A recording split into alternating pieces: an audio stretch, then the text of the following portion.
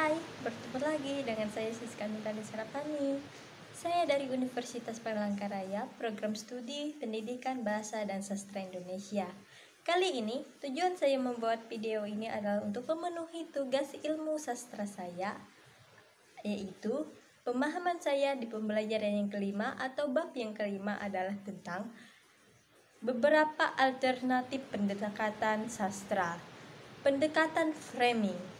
Prinsip-prinsip analisis framing di dalam ilmu komunikasi. Analisis framing sebagai metode analisis isi media tergolong baru. Namun demikian, keberadaannya di jagat keilmuan komunikasi memiliki banyak tokoh dan cara kerja analisis yang beragam. Yanto dalam bukunya berjudul Analisis Framing. Arianto dalam bukunya juga berjudul Analisis Framing. Pada tahun 2011 mengungkapkan pada dasarnya framing adalah metode untuk melihat cara bercerita, storytelling, media, atau peristiwa.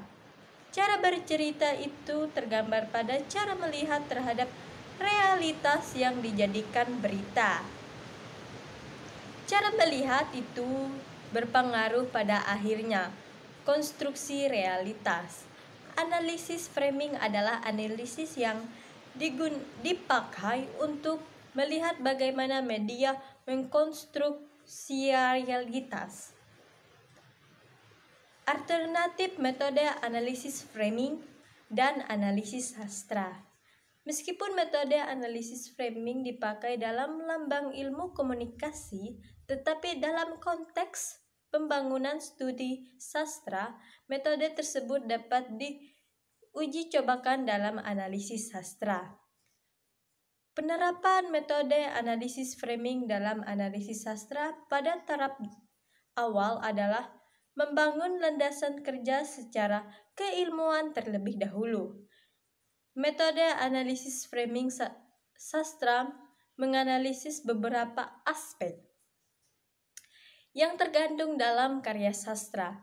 Ada 3 aspek. Yang pertama adalah fakta realitas dalam sastra, dan yang kedua adalah skema-skema yang digunakan pengarang untuk menjelaskan fakta-fakta tersebut, dan yang ketiga atau yang terakhir adalah aspek sosiologis atau psikologis yang mempengaruhi pembangunan aspek-aspek tersebut oleh pengarang. Ketiga aspek tersebut akan merumuskan suatu kesimpulan tentang bagaimana pengarang mengkonstruksi realitas di dalam karya sastra tersebut.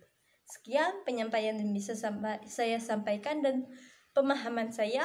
Maaf jika ada salah-salah kata, saya ucapkan terima kasih dan mohon maaf. Terima kasih.